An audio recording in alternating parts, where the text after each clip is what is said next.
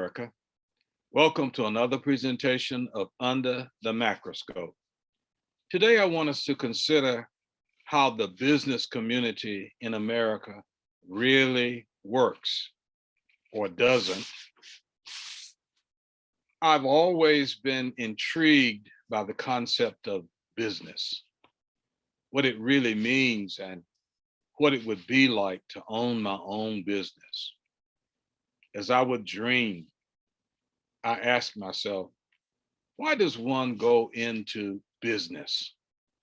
It didn't take long for me after observing many types of businesses and the people who owned and operated them to develop my own idea about what real business is and why so many people are drawn to this thing called business and why so many people fail. So I developed a question. After much research, dibbling and dabbling here and there, I began to pose that same question to college business majors, who almost always gave me the same incorrect answer. The killer question is, why do people go into business? That sounds simple enough. Most people said, and many still say, that people go into business to, quote, make money. So why is that an incorrect answer? It is incorrect because, according to my observations, people who go into business just to make money usually don't make money. Hence, the onslaught of fraud and dog-eat-dog tactics that have given business a bad name. The correct answer to that killer question is this: people go into business to provide a quality product, whether it be goods or services, for a reasonable price, period. Note the focus that is placed on quality and reasonable price. People who pay a reasonable price for quality goods will tell other consumers who will in turn do the same thing. The dollars will take care of themselves. Don't believe me? Do you really think that people who go into business are just after the dollar?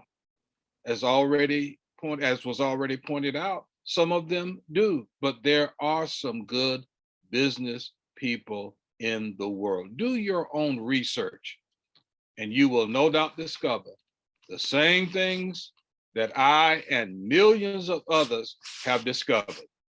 When Colonel Sanders introduced his secret recipe for fried chicken to the world, it didn't take long before everybody was singing praises for the Colonel's chicken, to the extent that you can go find Colonel Sanders' face all over the globe.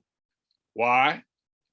Because you could get melt in your mouth fried chicken at a reasonable price whenever, wherever you felt like it. And each time you bought a bucket, you were confident that you were getting the same quality for the same reasonable price as soon as you placed your order. So, what has happened to quality products at reasonable prices?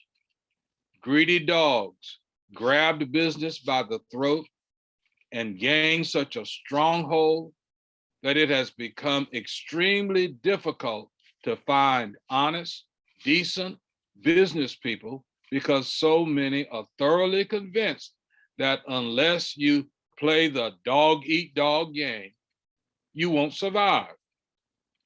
The lies, even about where some products are made just to attract a, quote, certain caliber of buyer, flood the market. When is the last time you heard the phrase "made in America," only to discover that the product was only assembled in America after cheap foreign materials were unethically disguised with a fake American flag.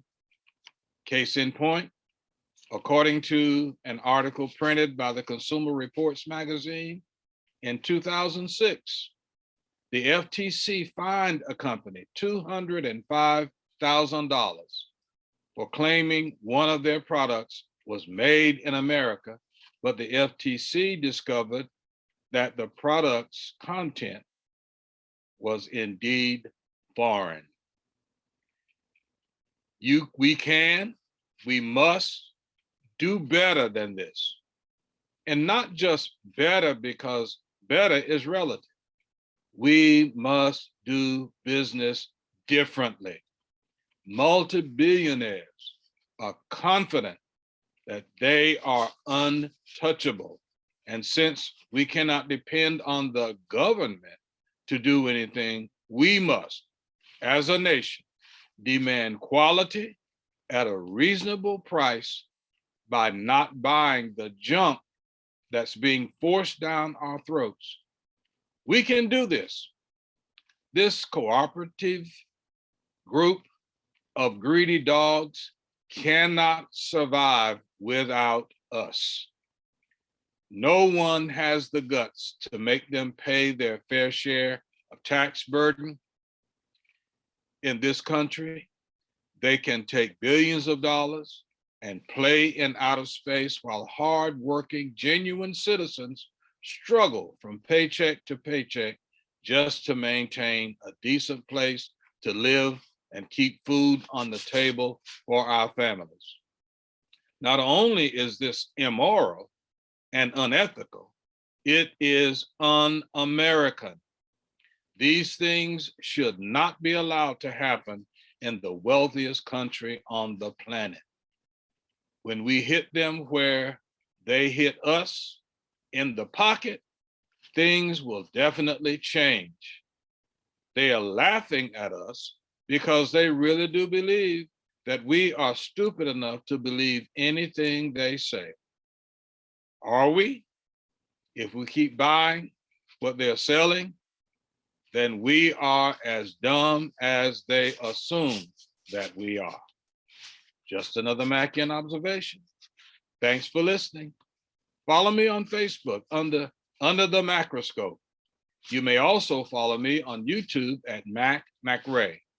Please subscribe and share. And if you wish, you can make a contribution of your choosing using the QR code on the screen.